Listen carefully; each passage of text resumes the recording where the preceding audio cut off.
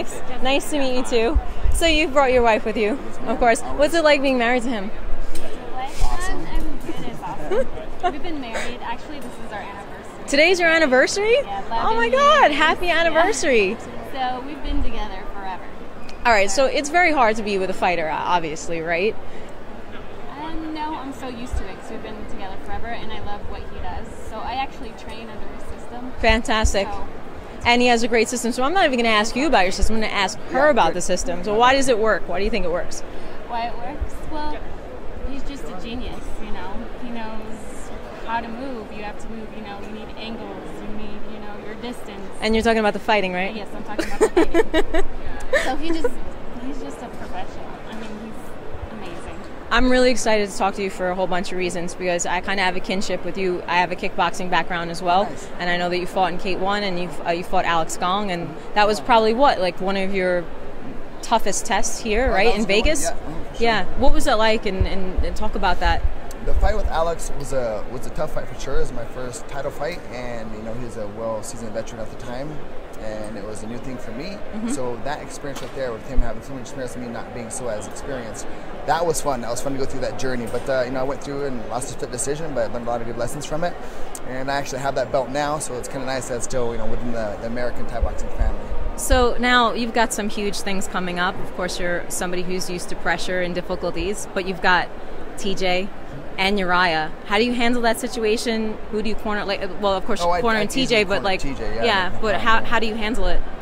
Oh, I would just handle it like any other fight. You know, just TJ's my boy. He's my number one guy. So, I mean, out of the whole team, he's my number one guy. So right. I'd have no problem with him fighting whoever it is. Yeah, and they're handling it like super well. You know, we're friends, but we know that this is a sport, and yeah, you know, it's not even really on the table yet. You know, he's still going to defend the title against Brow again, and right. If it does eventually come in that they're going to fight, then that'll happen. They fight not every day, but a couple days during the week in the gym anyway. So, why was your system so successful? Like, as far as, you know, the brain's like a computer, right? So did you figure out a way to? Yeah, I understand patterns and I know how to train. A lot of people miss a few things. I'm just OCD about martial arts and techniques and drills, and they have no problem drilling coming from the wrestling background. So it's not just me. I mean, they're committed athletes as well. So I mean, I do zero babysitting. Yeah. I'm not there to babysit. I'm there to teach martial arts. So, and they're there to learn martial arts, and they have no problem listening to me and drilling well with the partners as well. So it's like, you know, I'm getting a lot of credit, and I think it's deserved. I know exactly what I'm doing, but right. They listen, they follow order, and I appreciate that. Making the transition from fighter to coach, right? How did that start? Because you know, I've been training guys for years, since I was 19 anyway. So yeah, under Bas. Bas. Yeah, I've been training just for a long time, training guys, training myself, you know, and it was just time to do it full time. So I got to focus on others rather than myself and not being selfish anymore. And I think once that happened, it just changed my mind, you know, and it made me give me much more purpose in life to help others rather than being selfish. So yeah. That made me just feel better in general. There's something really wonderful about being a teacher, you know, and the relationship that you have with your teacher. And you named your son, right? His middle name is Bas, right? Yes, yeah. My first boy is Duane Ludwig, and then our second boy is Bas Rutten. All right. So it's funny is that, you know, I train under Phil Nurse, oh, nice. And I find myself doing things like him, like even standing like him or saying certain things that he says. Do you find yourself doing that? 100%. Yep. Really? I speak fluent Dutch now. Do you really? No, not at all. It sounds cool, right? But do you have like? Yeah, I'm sure I do. Can you do an impression of Bas? I guess when I teach, yeah, but like, you know, I'm totally different how I'm now than when I teach. So right. I guess if I started teaching, I could some stuff. So you recently kind of, you know, did your gym over and you used Adidas gear, and I know you have like Adidas official in your gym. Why were they the choice for you? Oh, Adidas in general, like everything that they make is just awesome gear. So you know, I didn't have a company sponsorship at the time, and then we crossed paths, and I know the guys behind Adidas, and I've always loved Adidas since I was a child, so it was a no-brainer. And it's just quality gear, and I want to make sure I have quality gear in the academy. Yeah. Period. You know, you can't be a top-level coach and then have, you know, half-ass gear. So. Oh, completely agree. All right, thoughts on Silva and DIAZ this weekend? Silva's probably going to beat DIAZ. I really love both guys, so it's a hard fight for me to watch. But I think just Silva has more tools and just a bit smarter, a bit faster. Right. The DIAZ brothers have problems with kicks and knees.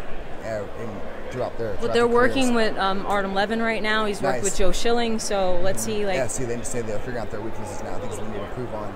I mean, they both probably beat me up, so I won't say too much, right? Especially if they're here. So, I picked Silva's gonna win, but I'd rather see I don't know, maybe a split decision or something. Or maybe I really like Nick. I feel like he's misunderstood. You know? He is. Yeah, both Nick and Nate, like they're awesome guys. Like they are totally misunderstood because like on camera they act like kind of. I think they're just uncomfortable with the camera. They're totally you know? Yeah. And but then they just come off as jerks on camera. I see it. Yeah. But when you know them, they're actually super honest, loyal, upfront, 100% honest guys. And, yeah, super cool. Mm-hmm. All right, I have a little trivia for you. Bring it. Very quick. I got 4 questions. Let's see how well you do. Who was the youngest boxer to be crowned in Las Vegas, and who was the oldest? I wouldn't know any of those. You totally know. Maybe the Tyson is the youngest, huh? Right. And then the oldest is probably George Foreman. Yes, George Foreman. Okay. Who holds the record for the greatest number of significant strikes in the history of the UFC, Strikeforce, Pride, and the WCE all together? Oh. Wow, I'm not sure. Nick Diaz. Oh, really? Yeah. Yep. Wow. Okay. Fastest KO. But Nick was in the WC? Yeah. Oh, wow. Out of all of them, the record for out of all of them. Okay, yeah. Gotcha. Okay. Okay, so who holds the fastest KO record according to the UFC? Oh, that's me. That's good. That's easy. I know. That one I know. That one everybody knows. Thank you so much for taking some time with me, man. It was really great to talk to you, and a happy anniversary to you too. Cause my right hand be holding more pens than BJ. Some rappers put me to sleep like submissions. That's what happens when we back spitting at adrenaline.